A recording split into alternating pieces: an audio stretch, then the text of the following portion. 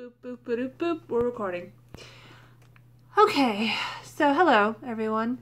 I'm not sure if I should target this video at people who have been watching my videos for a while or people who might just be checking it out for the first time because of the Women on YouTube tag and the Women on YouTube group. So I think I'll just go for it. I'll just say whatever comes out of my mouth. And that'll be that, and this will totally be a good idea and not end terribly. So, flat out warning, this is probably going to be a fairly long video, because of reasons I will go into in the video, but basically, everything's kind of topsy-turvy right now with the whole house buying thing that I mentioned in every video and everything. And so I've been putting off doing this video for a really long time because I'm like, oh, I'm gonna wait until I have the most ideal set of circumstances where I have a giant room to record in and lots of time and blah blah blah. But it just keeps not happening. It's been over a month since Vidcon and since the Women on YouTube workshop panel and since Dacia started the Facebook group, and we've been making the weekly playlist of the Women on YouTube videos, both, you know, the ones for the tag, like this one, and just people putting word out about their channels, and it's been great, and it's gotten, you know, it keeps getting bigger. There's some amazing talent out there, blah, blah, blah. I will get into that in a second. And all this stuff keeps happening, and I keep telling myself, I need to do that Women on YouTube tag, but later when things are ideal. No more. Today is the day that I'm going to do this thing. At least version 1 of it. I might do a better edited down, more professional-ish, whatever, video once we do have the house, but I don't want to wait forever before I do it. So let's do this thing. So hello, hi, my name is Cleo, if you didn't know that. I also go by Ceri. My channel is CeriGotGame. I have a couple different channels. And today I'm going to do the Women on YouTube tag. And normally I would just flash the questions on the screen and then answer them, but because I don't have time to edit this video, I'm just going to read them out to you as quickly as I can. So question number 1, why did you join YouTube, and how would you categorize your content style? So this is a complicated question right off the bat. I have actually been on YouTube since the first year that YouTube existed. I have been making videos pretty consistently this entire time. I don't think there's ever been in a single month that I haven't made at least one new video. I've had a variety of channels. I've tried a variety of things. This channel, CeriGotGame, it was originally called Games for Fight, and it's about 4.5 years old now. And it's primarily video games, let's plays, game reviews, stuff like that. But I also do like a lot of opinion vlogs. I try to talk about various subjects and stuff like that. I've done song covers. I mean, pretty much every kind of video there is, I've tried at least once. The thing that's really interesting about all this, can't wait to not have neighbors, is that I have seen all the iterations that YouTube has gone through. You know, one of the things that was so funny about the beginning of YouTube is that I was one of the first to be making videos among all my friends and everything. None of them did videos. And every time I try to get them to make a video with me, they're like, what's this weird? And, you know, when I would apply for jobs or whatever, I would list, you know, video making as one of my, not job things exactly, because I never made money from it. And as society teaches you, unless you actually make money from it, it's not work. But basically there was no real easy way, there was no point of reference to say, you know, I make videos. What does that entail? That means, you know, writing scripts, recording, editing, putting out there, you know, trying to promote it, trying to get people to watch, stuff like that. Like, there's a lot of work that goes behind video making. But back then, you know, unless you actually made YouTube videos, you were just like, whatever, right? You just like sit in front of a camera and bleh, and there you go. And there's still a lot of people that think it's that easy, and that's a whole subject. So the thing I'm trying to say, I did warn you it was going to be a long video. The thing about that's interesting to me is how the idea of being a YouTuber or a video maker or whatever has become a much more solidified concept.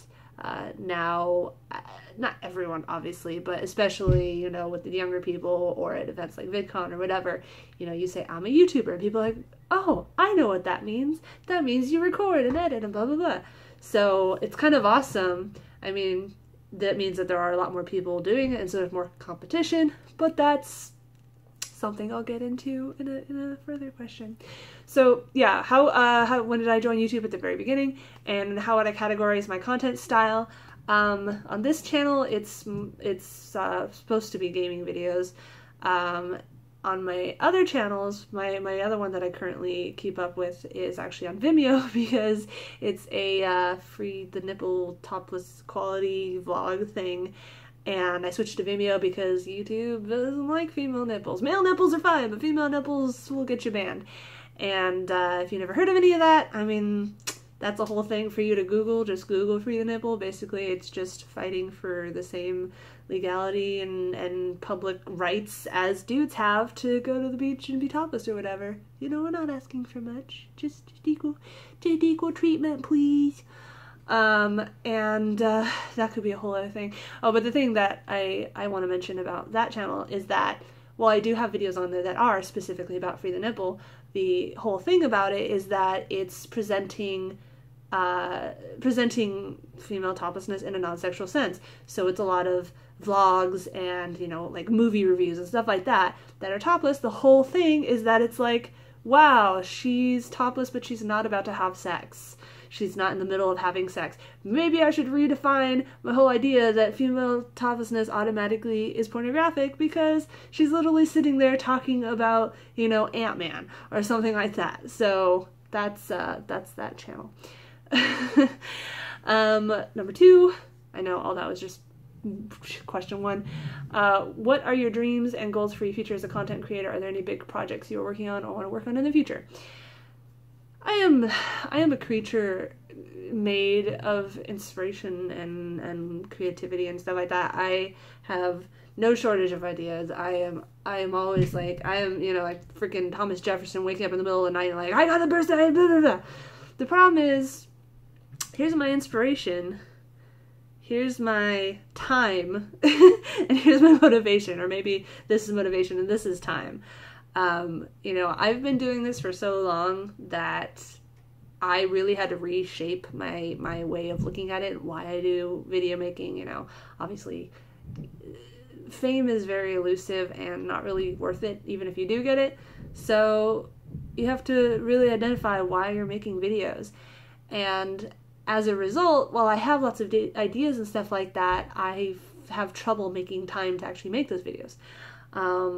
Really the biggest barrier, say right now, is just, you know, full-time jobs, so I have very little time to make videos, but then you know, lunch hour, boom. And then the other thing is that I don't have my own space, like I'm all crammed in the bedroom and blah, blah, blah.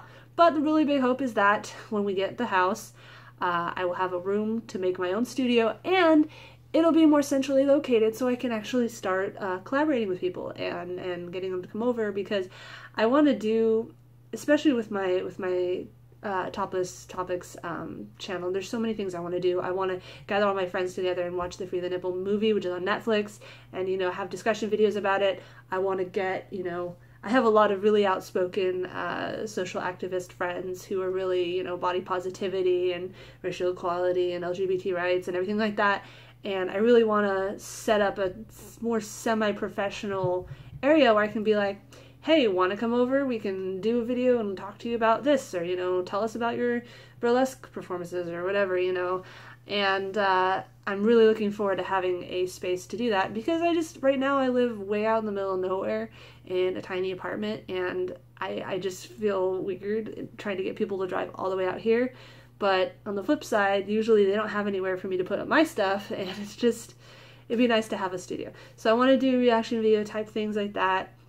I want to talk about subjects. I want to get more of my gamer friends, especially my female gamer friends, in on making Let's Plays and stuff, because a lot of them, for instance, Avara, she's been in some of my videos, and we had this thing we tried to start called Unedited Chronicles, more on that in a second, but she is hilarious. She is heartfelt, she is passionate, she makes the most amusing facial expressions whenever we're having conversations or, you know, playing a game together or whatever, and I just feel like watching her and listening to her is so much fun, excuse me, that I really want to share her with the rest of the internet, because she really is joyful and entertaining, and, you know, she lacks confidence in making her own stuff, so I want to just be like, hey, come over, I'll do all the work for you, you just sit there and be awesome. Hopefully not that corny. But yeah, as I was saying, Unedited Chronicles was this thing we tried to start that's still going. We just haven't really done anything new with it. We were going to do like craft videos. You know, she's a burlesque dancer. She's makes her own costumes. She is this tall, sinewy, beautiful woman. She is very craft oriented.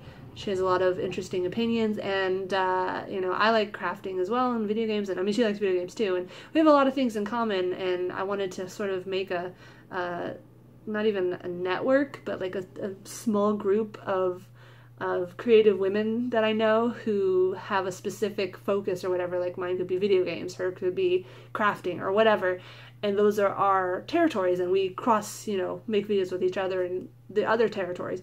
But I really want to start that up again and see if I can get that to become a thing. Thing is, we're all full-time job peoples, whatever, so really YouTube has to be a passion project. You have to really love video making to make the time and expense for it. More on that in a second. Question 3. Are there any unique challenges you have faced as a woman on this very public internet platform? How do you deal with them? I mean, there's the usual, being judged based on appearance, which I've dealt with a lot. There's, the assumption like you are representing all of female kind, which is just super bullshit. There's, there is a fear, a little bit of a fear where I don't want people to watch one of my videos and assume that I'm speaking for, every Freeze and Nipple advocate or every girl gamer, whatever. That's a problematic course of words I've done videos about. I just want people to take me for me, and unfortunately that is something I think that girls have to deal with a lot. XKCD, am I saying that wrong? Did a comic a long time ago that I always think of, where I'm paraphrasing it, I'll try to find the link to it, but basically there's a guy doing math, and it's stick figures, it's XKCD, but there's a guy doing math, and this other guy points and says, "You suck at math," and then there's a girl doing math, and this guy points at her and says, "Girls suck at math." And the point being that, for some reason, if you're in a minority, I mean, women aren't even a minority, but for some reason we're treated as if we are, as if there's fewer women on all platforms. We have this onus of representing every possible kind of female out there when we make videos or whatever, and it's dumb. I don't know how to break it. I just want people to take me as me. So yeah, I would say that is something that I think is special about being a female video creator, especially gaming, because luckily it's died down a lot, especially since now females officially have surpassed males as the biggest demographic in gaming.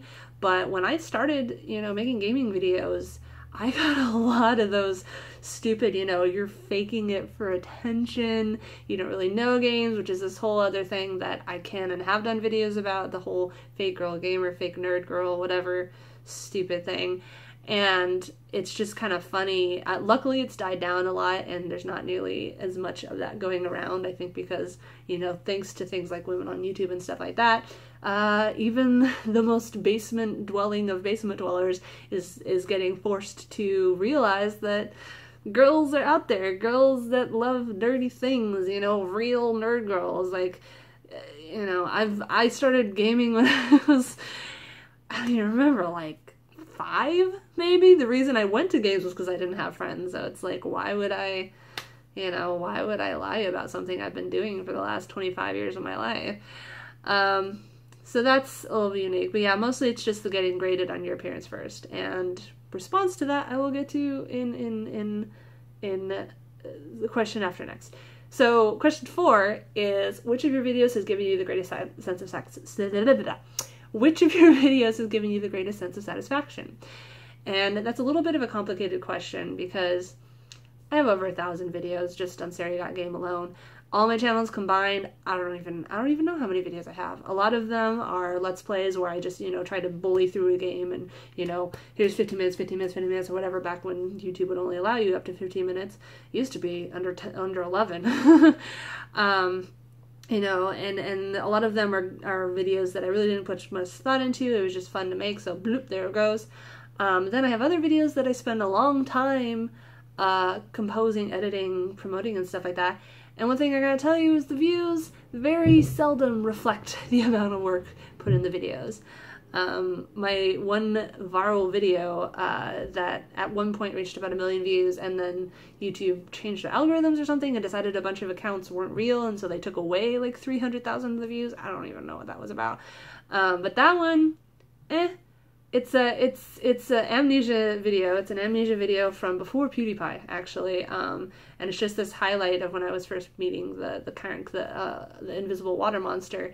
And I remember that I had added subtitles for what I was saying, because I was like, monster, you know, whatever, standard Let's Player freak out. Now it's standard. When I did it, I wasn't the first, but I was one of the few first. Just whatever. And I remember adding the subtitles. I was still pretty new to video editing at that point, and it took me a really, really long time to do. And so I'm happy that that video got a lot of views, but at the same time, you know, that's the only video I've ever gotten that's gotten even close to 1 million views. And the thing is that you feel pigeonholed if something does really well. You feel like, oh, well, this is the only thing I can do now. But I think that a lot of that, it's really very arbitrary. I actually say this to my dad a lot, and I know this video is like all over the place. That's why I told you, I'll make a more concise one later someday. This is just a for now video. So my dad is a writer. He's written travel guides. He's written, you know, historical fiction books for kids and for young adults and stuff like that. And in the last couple of years, he's been doing short stories and putting them on Kindle, or giving them to my mom, and my mom puts them on Kindle. And he pays so much attention to, oh, well, this one sold 20 copies, but this one sold 50 copies, so obviously everyone likes this one more.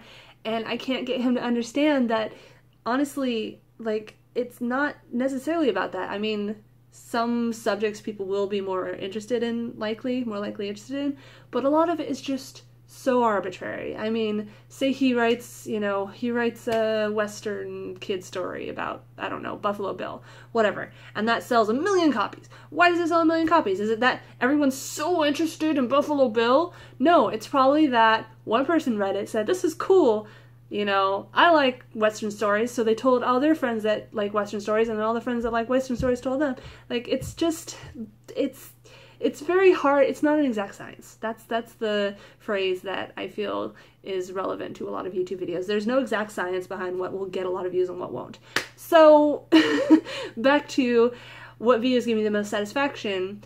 Honestly, I would have to say the ones that were the most fun to put together. I really like collaborating. It's just hard getting everyone together and getting the equipment there, and, you know, I feel really bad when I direct. Like, it's fun to me, but I'm not very good at communicating, like, can you please do this? I'm a perfectionist, and so it's dissatisfying for me to act with other people and then they just keep doing it completely different than what I want them to do, but I don't want to say anything about it because I don't want them to be mad and never work with me again, so I end up not being very satisfied. But every now and then, you know, I try to do a collaborative video and it works out really well, and even though it doesn't have a lot of videos, or a lot of views, I have this Skyrim parody that I did a while ago with my then friend Steve and his younger brother, and I mean, it's a pretty simple video. It's supposed to be IRL NPCs, and it's like Skyrim, Assassin's Creed, or whatever. I'll put the link in the description. And I like that video. I like some of the music videos that I used to do. I used to take a song I liked, it could be like Vocaloid or whatever, and then I would take segments of a game and I would splice them together, and I think some of those are pretty tight, although I'm dealing with aging computer software, so getting it to be the tone or the timing to actually match the musical notes was a little difficult, so sorry for some of the parts that are not perfect. But like, I have the Ultimate Showdown of Ultimate Trilogies, which was Gears of War 3, not Assassin's Creed 3, the Nathan Drake, wow. The name of that series just jumped out of my head. Uncharted 3, and then I don't remember what the other third one was. I think it was Battlefield 3. And so it was just like that Ultimate Showdown of Epic History or whatever old meme video, spliced with clips from the game made to match, stuff like that. Those ones are really fun. I actually really enjoy editing videos like that. It's just they take a really long time. So I like those, and I hope to do more of them. Then we come to what's probably the most important question. Number 5, what advice would you give other women and girls on YouTube? And let me preface this by saying, you know, obviously I'm not an expert, obviously I'm not famous, so I can't like say what it's like to be famous or whatever, but as I mentioned at the very beginning, I have been on YouTube for a very long time. I have watched the rise and fall of various stars. I have seen what works, what doesn't. I've seen stuff that used to work that now no longer works, and then I've seen channels that either keep doing what they were doing and, you know, it just ends up they don't get views anymore, or they change their formula to match.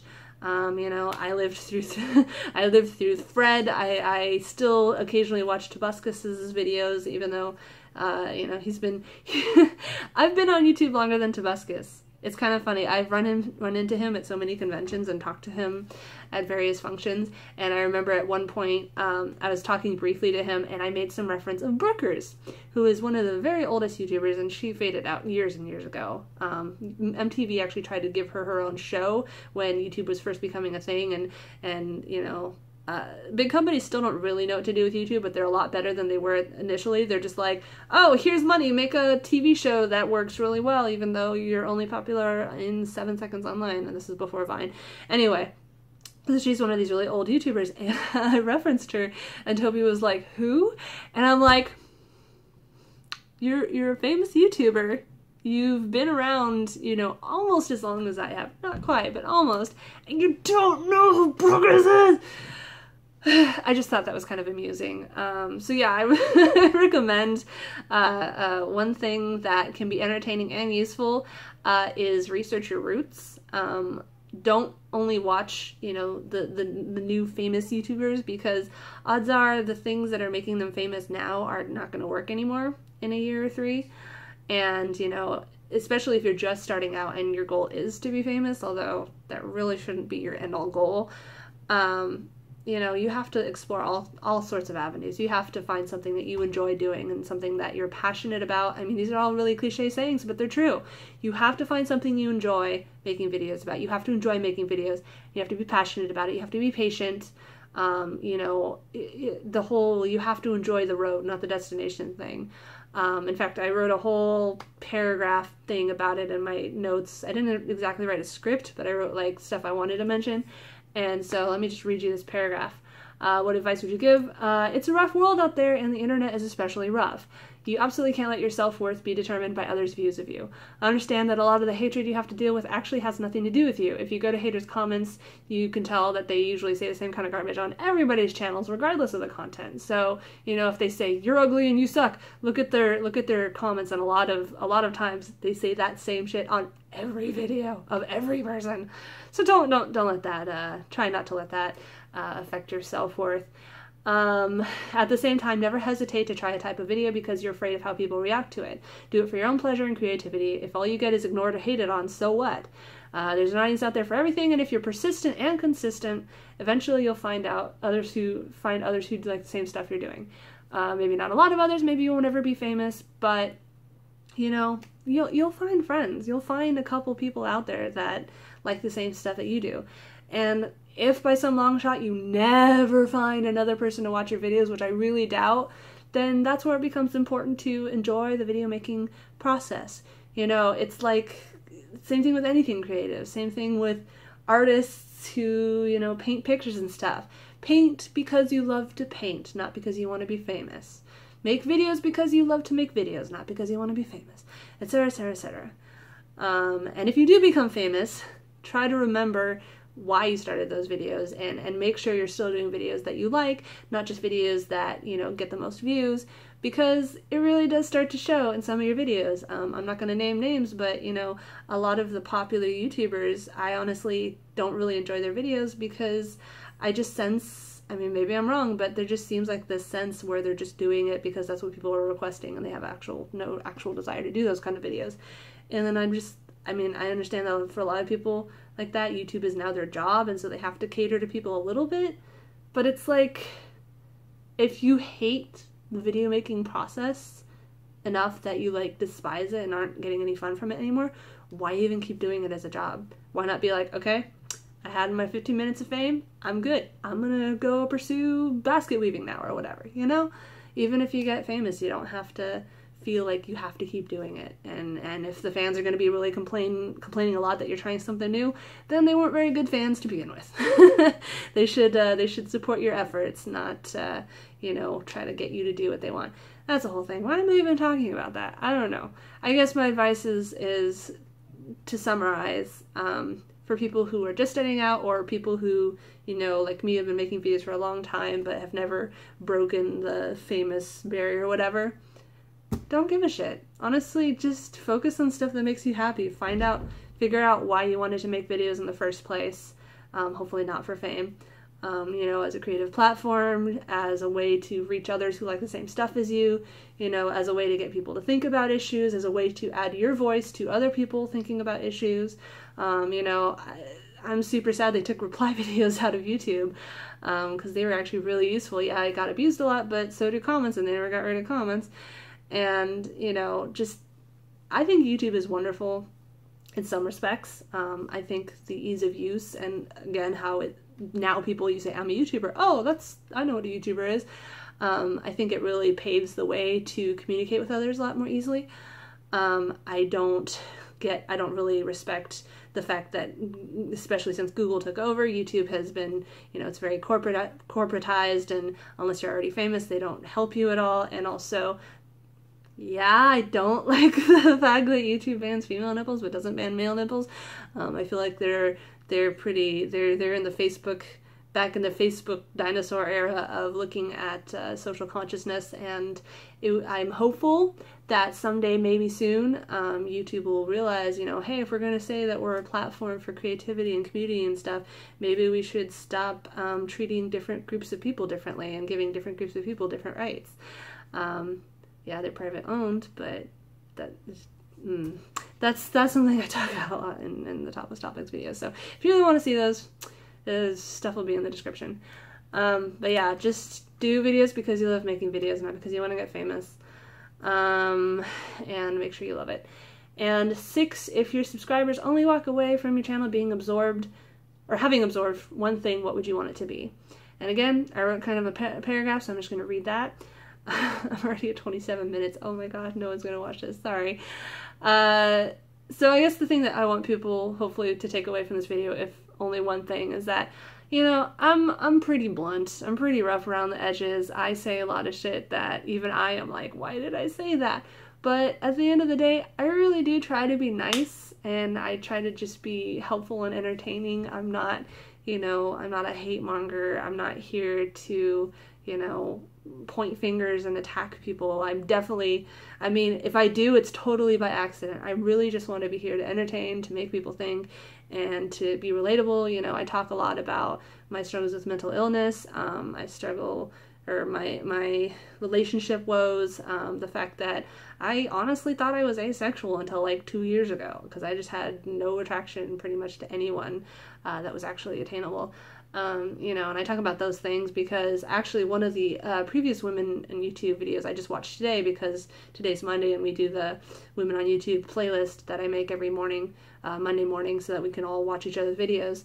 I don't remember her channel name off the top of my head, but she had a really good point about why she does videos, is that, you know, she wants to sort of put a thing out there that people can relate to, because, for instance, she's a single mom and a woman of color and an actress and stuff like that. So, you know, it's great to have videos like hers out there for other single moms to watch and say, you know, oh, I'm not alone. Oh, this person has the same struggles I deal with, because, you know, it really does help if you know, if you're a gamer girl and you've had to deal with guys telling you that you're faking it, or, you know, you've had a hard time finding the ability to love and be loved, or something like that. Maybe you'll watch my videos and I'd feel included. I don't know.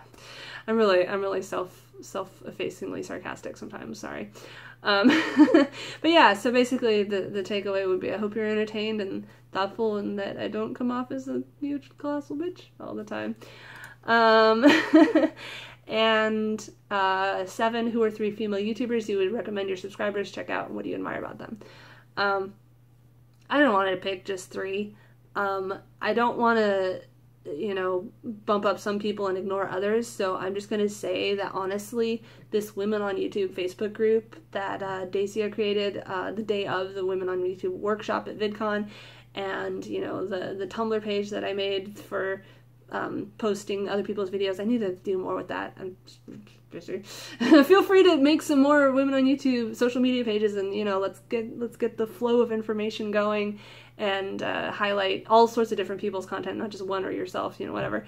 The playlist is awesome. We have so many talented, passionate, wonderful contributors to this list and to the Women on YouTube tag and everything like that, and I feel like every one on the list is worth at least trying. And another thing that's been really beautiful about this weekly playlist or whatever is that I'm getting familiar with a variety of people all at once. You know, if I binge watch one person's videos in one day and then I don't go to their channel like a year later, like, I'm not going to remember it. So having one video per channel per week is a really great way to become familiar with a bunch of people over the course of time. And the other thing that's really nice about it is, especially some of these channels that are very new and are hesitant to even start posting their stuff, you literally can witness them blossoming into, you know, being more confident and, you know, improving their editing abilities and stuff like that. There's a lot of variety as far as, you know, some are really introspective, you know, topical blogs. Some are the I went to the beach and here is my day type vlog, which I'm not super into, but I'll watch it anyway because I want to be supportive. You know, there's some song covers are happening, there's book reviews happening.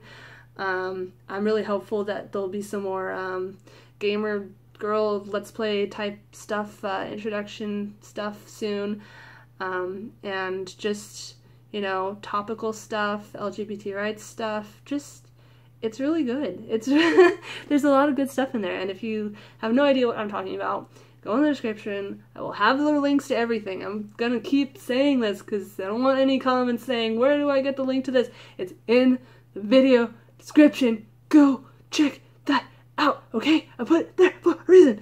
Oh, it's getting hot in here. It's getting hot in here.